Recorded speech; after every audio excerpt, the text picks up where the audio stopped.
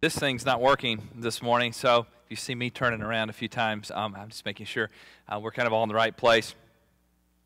This morning, we're going to be continuing the story of Joseph, and it's so cool how we plan these series out, weeks in advance. We don't always know exactly where they're going to fall in terms of the first Sunday of the month. And here in our tradition, we do communion on the first Sunday of the month. So it's really cool how this story ties in to coming to the table this morning. I don't think that's an accident, but it happens over and over again. So this morning, we're going to be talking about Joseph and his brothers, and you're going to see, I think, a glimmer of the table in that story. A few years ago, Christy and I, we were living in Springfield, Illinois, received tickets to the governor's inaugural ball. And we weren't necessarily, big political supporters or anything, but we just had a friend in the church who was on the governor's staff, and he said, "Hey, would you guys like to go?" We're like, "Yeah, we're in. Sounds good to us." So we got dressed up, and we went to this venue where it was VIPs only, and we were escorted in on a red carpet, and someone took our coats, and we went in, and we had all-you-could-eat buffet, prime rib, seafood, all kinds of hors d'oeuvres everywhere, and people were buzzing around. Celebrities were there. At one point, I was eating hors d'oeuvres, and I looked across the table, and Fabio was standing over there, and I thought, wow, this is kind of cool. We danced, and we had a good time. But there was this sense while we were there, we don't belong here. I'm a youth pastor. I'm not a politician, right? And here we are in the midst of that gathering with this sense that I don't know if I'm supposed to be here. Any minute they're going to come in and cart us or something and carry us out of here, right? This morning, we find the story of Joseph's brothers going down to Egypt real similar to that, because in many ways, Joseph's brothers find themselves in a place where they're not sure that they belong there. They're not sure that the grace given to them is appropriate. And that's where we're going to find ourselves this morning.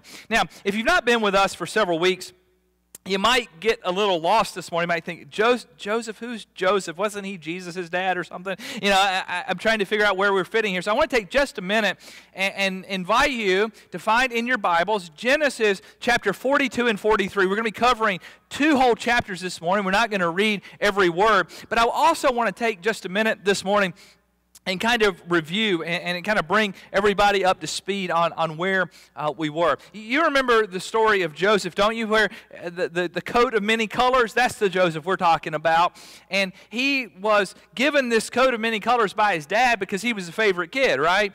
And he kind of strutted this around and strutted his coat around and strutted around to his brothers, and they were jealous of him. They sold him into slavery, and he is carted off to Egypt.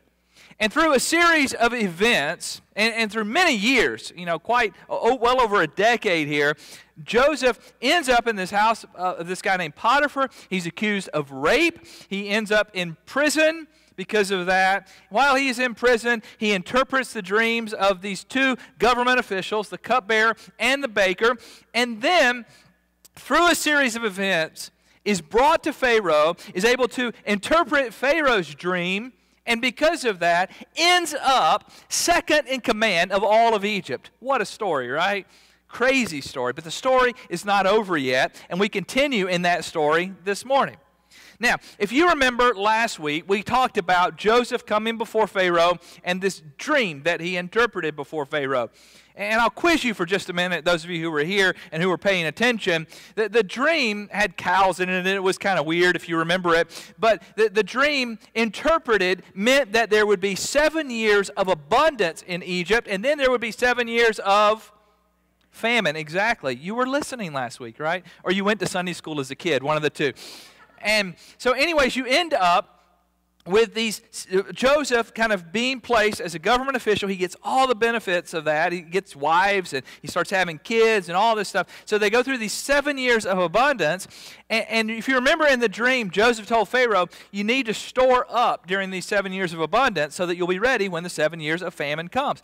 And Pharaoh knew about this, but the rest of the world didn't know about this. And the rest of the world wasn't storing up, while Egypt was storing up. So Egypt becomes this place where everybody goes to get food because they've got all of this food there. So we got the 7 years of abundance. Joseph does his job. He stores up all of the grain in the grain houses. And then the 7 years of famine come. And in Genesis 42, we are taken from Egypt in the story. And if you're watching a movie, you'd probably have one of these zoom outs of the Google Earth, right? And then going 300 miles north and east of Egypt, back into the land of Canaan, where Jacob and his family are living. And that's where we pick up in Genesis chapter 42. Genesis 42 verse 1 says, when Jacob learned that there was grain in Egypt, he said to his sons, why do you just keep looking at each other? I love that phrase, don't you? What are you doing? Just looking around at each other? Why do you just keep looking at each other? He continued, I've heard that there is grain in Egypt. Go down there and buy some for us so that we may live and not die. Now again, Jacob is at home. He thinks Joseph is dead at this point. No idea where Joseph is. Or his brothers have no idea where he is. They know he's not dead, but they don't know where he is. Jacob thinks he's dead. And Jacob sends his 10 sons down to Egypt. Notice I said 10, not 11, because he keeps one of his sons at home. He doesn't want anything to happen to this son, Benjamin. Now, why is this, you're thinking? What's the deal here? Now, if we go way back in the story, you might remember the story of Jacob. He had 2 wives, Rachel and Leah. And remember the whole tricking that went on in that whole deal? But who did Jacob really love? Rachel, exactly. And Joseph was Rachel's firstborn. That's why he liked Joseph so much. That's why he gave him the coat. That's all of that.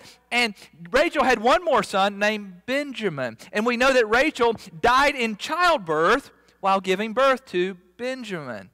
And so Jacob has already lost Joseph, and he doesn't want to lose Benjamin. So he goes, you guys go down there. Benjamin is staying here with me. And so we read here in verse 4 that Jacob did not send Benjamin, Joseph's brother, with the others because he was afraid that harm might come to him. A little overprotective parent there, right? We read in verse 6 that Joseph is in charge of grain distribution. Now, do you see where this is going here? Jacob's family needs what? Grain, and Joseph is in charge of the grain distribution. So they take off, they go down to Egypt, and they, in this scene, are standing in front of Joseph. It's kind of surreal, isn't it? Kind of crazy, really, isn't it? That Joseph would be passing out grain to his brothers. But it's been a long time. It's been like 20 years or more since they've seen each other. Now, we change in 20 years, right? We put a little more weight on, or our hair gets gray, or we look a little bit different. And not only do we look a little bit different in 20 years, but they had no idea that Joseph would have been standing before them. And Joseph's probably dressed up in kind of Egyptian garb, don't you think? Probably has on like the Pharaoh's hat or whatever they wear. So I mean, they had no idea that this is Joseph. So they do not recognize Joseph. But when they come in, Joseph recognizes them. He knows who they are, but they don't know who he is. I mean, slaves don't typically become governors, right? So they had no idea that Joseph was standing there. So they come in, and he is distributing the grain. He's a high government official in Egypt.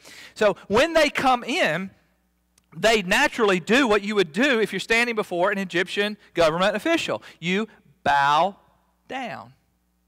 Now, this is interesting here, that the brothers are bowing down to Joseph. We read in verse 8, although Joseph recognized his brothers, they did not recognize him. And then in verse 9, then he remembered his dreams about them. Do you remember this story? All the way back in this time when Joseph's brothers sold him into slavery, part of the reason they sold him into slavery was that they were jealous. But they weren't just jealous, but they were upset at him because he was kind of the braggy sort, And if you go back to Genesis chapter 37, I'll throw this on the screen here. Joseph had a dream. And when he told it to his brothers, they hated him all the more. Now, this is all the way back when he's 17 years old. This is when he's a teenager. he has this dream. He says, listen to the dream I had. We were binding sheaves of grain in the field when suddenly my sheaf rose and stood upright while your sheaves gathered around mine and bowed down to it. Now, even if he had the dream, he shouldn't have told them about it, right? But now, the dream's coming true. Now, the brothers are literally bowing down in front of Joseph. And it's almost too much for him. I mean, he becomes emotional, the text tells us. He almost has to leave because he's standing there in front of his brothers. In fact, throughout this story, Joseph kind of hides his identity the whole time. But there are certain times when he just gets choked up and he has to leave because he is so emotional here. So Joseph begins to speak to them, and you know, if you're kind of nervous and you don't want to give your identity away, I mean, he could have just said, you know, Fred, you take this one, I'm going and handling the other case. But he has a plan, but he begins to speak harshly to them, the text tells us. And he accuses them of being spies. Now, he's got a plan here. He knows where he's going with this deal. And any of you guys ever watched the movie The Avengers? Have you seen that? It's been out recently. It's kind of a fun movie to watch. Just came out on DVD, and we rented it last weekend. And Natasha Romanoff is the Black Widow. Do you remember her? Does anybody? Okay, all right. David's like, yeah, I know who you're talking about here. Do you remember her? She had a scheme. She would make herself vulnerable to the enemy in order to get information. That's what she did.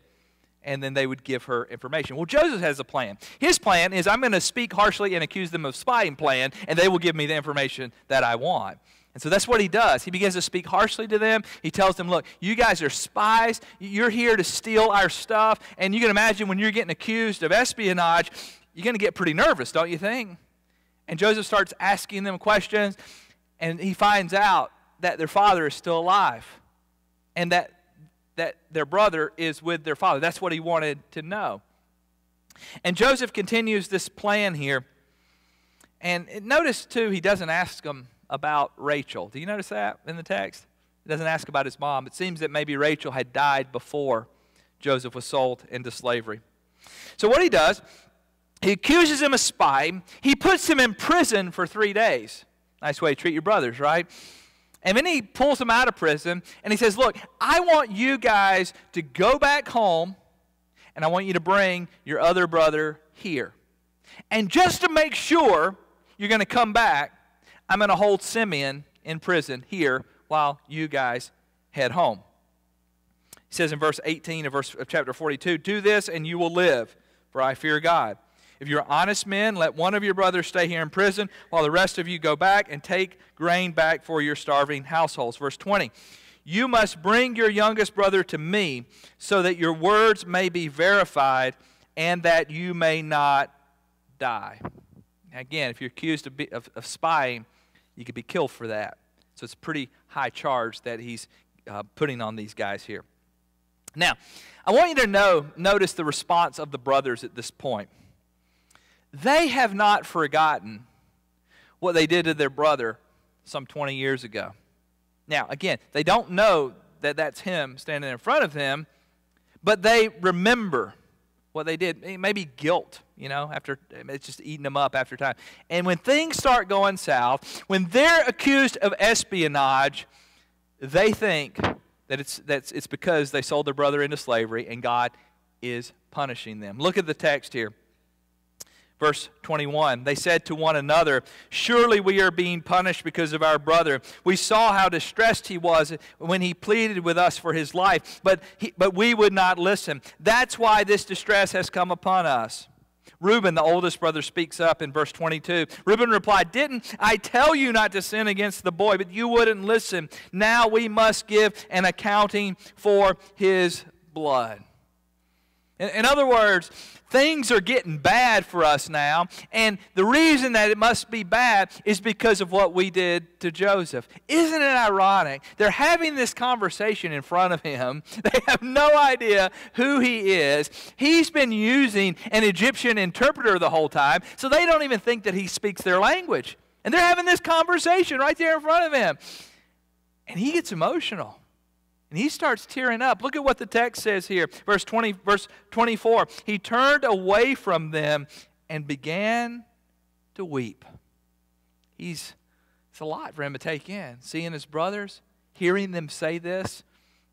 So Joseph orders, he follows through with his plan. He orders Simeon to be bound, to be put into prison. He sends their brothers on their way. Notice that he instructs the workers in the text to fill their grain sacks with money, or with the silver that they used to pay for the sack, or for the grain. Verse 25, Joseph gave orders to fill their bags with grain, to put each man's silver back in his sack, and to give them provisions for their journey. After this was done for them, they loaded their grain on their donkeys and left. Now, what you need to know is that money wasn't invented at this time. Money wasn't invented until about the 6th century BC. So you would use silver and spices and luxury items. That would be your money. And so when they went to buy the grain, they brought silver, which is a very common way of bartering for grain. And they paid for their grain, they got their grain, but Joseph tells the workers, put the silver back in the sacks. In other words, return the check. In other words, don't take their money. Send them on their way. Don't make them pay for it. But it's interesting that when they find the money or the silver in their sacks, look at verse 28, their hearts sank and they turned to each other trembling and said, "What is this that God has done to us?" Now, how many of you, if you paid somebody for something and they gave you the check back and said it's no charge, most of us would be like, yeah, it sounds good to me, right? But they're shaking in their boots because they think not only is this guy going to think we're spies, but he's going to think that we're thieves too and that we stole this. God is blessing them, but they can't see it. They see it as a curse. They're afraid. Isn't that interesting? They, in their minds, again, all they can think is God's punishing us. God's against us. We did something horrible to our brother, and now all of this is happening to us. We're accused of being spies, and now we're going to be accused of robbery. Verse 29. When they came to their father Jacob in the land of Canaan, they told him all that had happened to them. So they get home. Now, 300 miles on a donkey. Think about that. That's just crazy, isn't it? But it took them a while to get there. They get home to Jacob, and they begin to tell Jacob everything that has happened to them. They share the whole story. Now, again, they don't think that this guy is Joseph. They think he's an Egyptian government official. So they're just telling the story. We got down there. We asked for grain, and they accused us of being spies. And now Simeon, he's in jail, and they told us to come home. And this guy's telling us he wants us to bring Benjamin back and to come back. And Jacob's thinking, what? Now, Jacob's not at all happy about this. And just a side note here, as they begin to empty the grain sacks out, they find more silver. And they're thinking, oh no, we're really in trouble now. Look at Jacob's response here in verse 36. Their father Jacob said to them, "You have deprived me of my children. Joseph is no more, and Simeon is no more, and now you want to take Benjamin. Everything is against me." It seems like from their vantage point, the world's fallen down on them, doesn't it? And Jacob says, look, Joseph's dead, Simeon's dead, now you want to take Benjamin, God's against me, everything's wrong. But isn't it interesting that when we take what Jacob believes to be true and we look at what is really true, they're absolutely the opposite things, aren't they? Because Joseph's not dead, right? Simeon's not dead, right? Nothing's going to happen to Benjamin. Right? We know that. We're able to kind of pull out and kind of look at it from a God's eye view. And what Jacob thinks is reality is not reality. And you know, many times it's like that for you and me, isn't it? We kind of get in our world and things start going wrong, or this isn't happening like we want it to happen, or that's not happening like we want it to happen. And we say, well, I must have done something wrong. God must be cursing me. And my world's falling apart. And really, God's moving some pieces around that we don't even see. And He's moving this and He's doing that. And many times we just have such a limited view of what's going on. As we zoom out, what's going to happen here? God is going to bring rescue to this whole family, isn't He? God's going to provide him with grain. Jacob is going to be reunited with Joseph. He has no idea what God's got in mind. All he can do is throw a pity party. And that's what we do sometimes, isn't it? So we keep reading here. And Jacob is determined that he's not going to let Benjamin go. In fact, he says, it's not going to happen. I'm going to cut my losses right now, and Benjamin's staying home with me. But the famine gets worse. And when you get hungry, sometimes you're forced to do things you don't want to do. So finally, they run out of food. They're thinking, what are we going to do now? Jacob finally says, okay, I guess we have no choice. We got to go back to Egypt. And so he gives them permission to take Benjamin back. Look at verse 43, or verse 11 of chapter 43. Then their father Israel said to them, if it must be, then do this.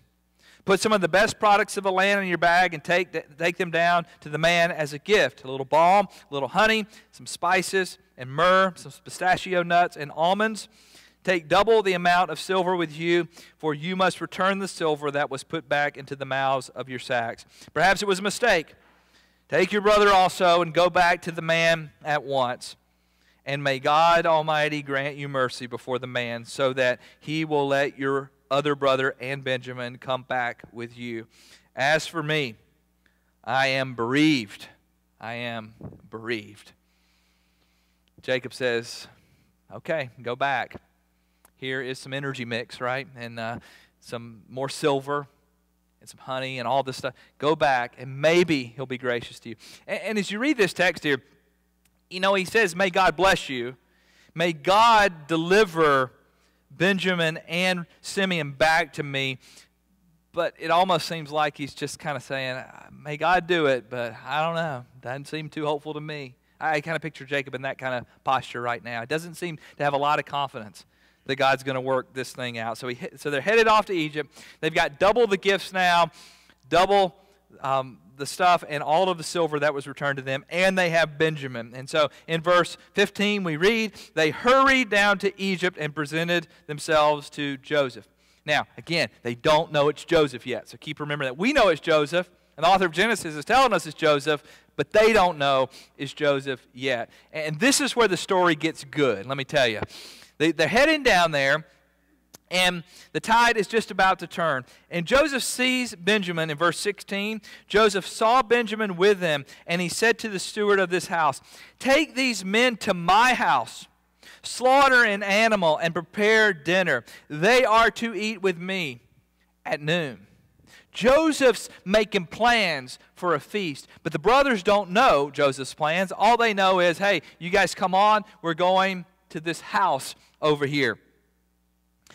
And look at their response here, verse 18. Now the men were frightened when they were taken to the house. They thought, we were brought here because of the silver that was put back into our sacks the first time. He wants to attack us and overpower us and seize us as slaves and take our donkeys. And then we'll have no way to get back home, right? So they have in their mind, again, just like Jacob, they have no clue of reality, do they?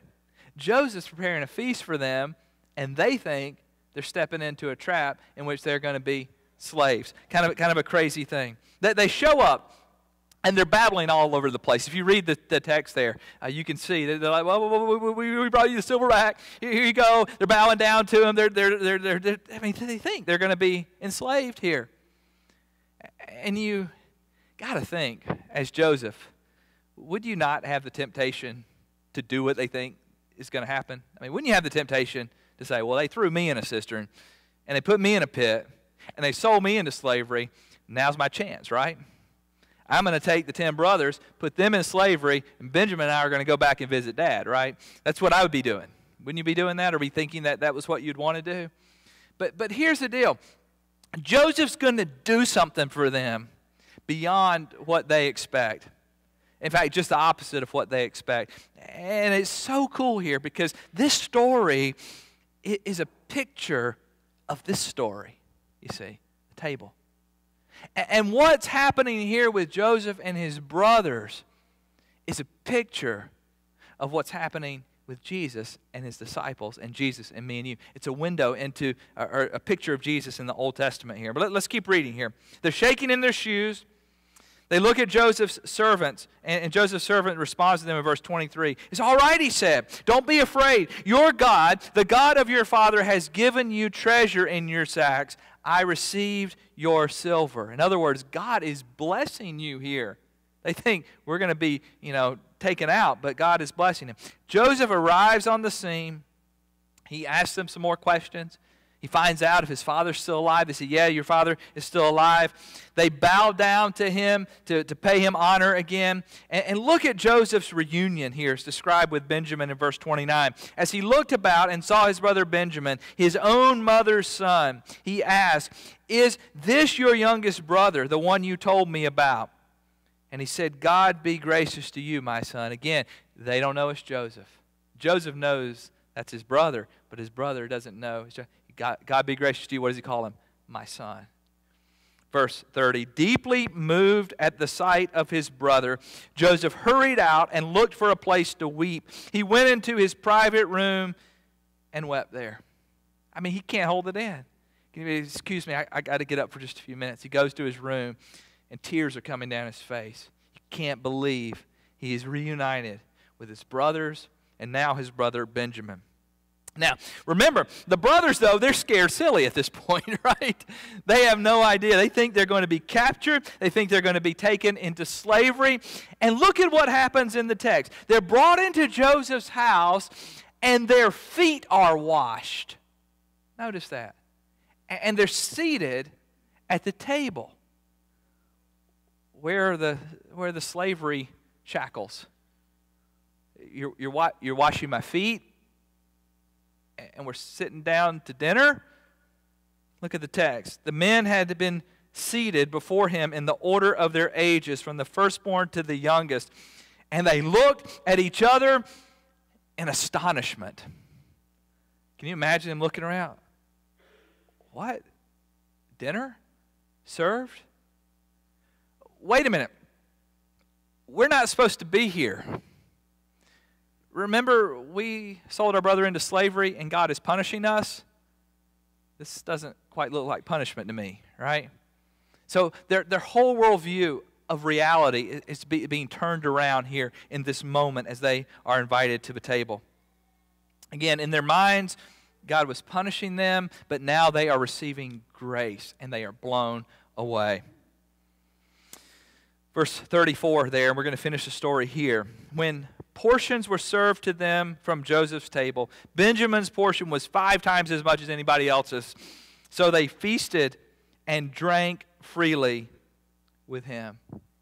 What a beautiful picture, isn't it? I mean, can you imagine Benjamin over there with his plate going, wow, that's a lot of food, right? Kind of when you go to one of these restaurants and they bring the bowl out that's about that big, That's a salad. I thought that was a family portion, but that's what it's like here. And I love this last sentence in verse 34. So they feasted and drank freely with him. Again, they don't know who he is yet, right?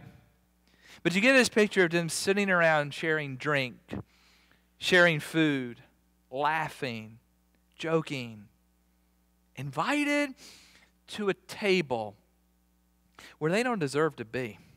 Right? I mean, they're brought in and their feet are washed. Do you remember another story where someone washed someone else's feet? Remember that? The disciples are coming in on the night that Jesus was to be betrayed. Do you remember? And Jesus starts washing their feet. And they're like, what? You're washing my feet? Do you remember the story? In fact, Peter's the one I think that sticks out in my mind. He says in John chapter 13, he came into Simon Peter, who said to him, Lord, are you going to wash my feet? Jesus replied, you do not realize what I am doing, but later you will understand. Isn't that interesting? They don't really fully comprehend who Jesus is at this point. And the brothers don't really comprehend who Joseph is at this point. No, said Peter, you shall never wash my feet. Jesus answered, unless I wash your feet or wash you, you have no part with me. Then, Lord, Simon Peter replied, not just my feet, but my hands and my head as well. Do you see the parallel there? Seated at a table, we don't deserve to be there, but we're there. we don't deserve what we've been given, but we receive it anyways. Isn't it interesting, too, how Joseph goes down and suffers, and through his suffering, his brothers receive salvation, in a sense, right, from famine. Joseph later, and Betsy's going to be preaching next week, will be in Michigan with the teenagers, and she's going to pick this up and describe the text where Joseph reveals himself to his brothers. That's a beautiful text, beautiful scene here. But in the same way that Joseph endured hardship for the benefit of his brothers and then offered forgiveness to them, even though they were the ones that caused the hardship, right? It's the same way with Jesus, isn't it? We, through our sins, nailed him to a cross. We didn't deserve to be invited to the table, but he says to us, I'm going to wash your feet. I'm going to provide for you my body broken for you, my blood shed for you, so that you can eat, so you can partake, so that you can receive. I don't know this morning where you are. I don't know when we do communion how you come to the table. Maybe some of us come with a sense of entitlement. You know, I go to church, I do all the right stuff, pretty good guy. I'm going to take the communion because I deserve it, right? Some of us maybe not quite that bold, but subconsciously think that. But that's an inappropriate response. It's an inappropriate posture to come to the table. Because the reality is that none of us deserve to be at the table. And this picture of Joseph's brothers, astonished that there's a seat for them, astonished that they're there, that's an appropriate posture, isn't it, to come to the table? And we all need to come with that sense of gratitude, that sense of astonishment, that sense of, I can't believe that I'm invited. So maybe you come with entitlement this morning, and maybe God would be saying to you, lay my entitlement aside and come with a humble heart to the table. Maybe this morning you're in a place where you're even hesitant to come to the table. You're sitting there going, I don't deserve that. What I did last week, I don't need to go. And the evil one is whispering in your ear, you don't deserve it. Don't go. Let me challenge you this morning. Get up from your seat and walk forward and say, I'm a sinner. I don't deserve this, but only by the grace of God, I'll receive it. And maybe this morning, the challenge for you would be to get up and come. Paul tells us in Romans that if we'll call on the name of the Lord, we'll be saved. Maybe this morning you need to come. Maybe this morning this is another time for you to remember. Maybe you've done this over and over and over again. And we've been to the table, and sometimes we just kind of go through the motions. We need to remember the grace that was extended to us through this table. So now we're going to do something a little different. And it's a little full in here this morning, so it won't be quite the challenge to do this. But I'm going to invite you to get up from your seats now and to bring your stuff, bring your purse and your belongings. And all, as the band comes forward, all move down into those first few rows, kind of squeeze in together, like we'd be seated around a table. You know, if we were seated at a big table, we wouldn't be spread out all over the place. We'd be together. So let's all stand up together with your stuff, and let's move forward as the band comes.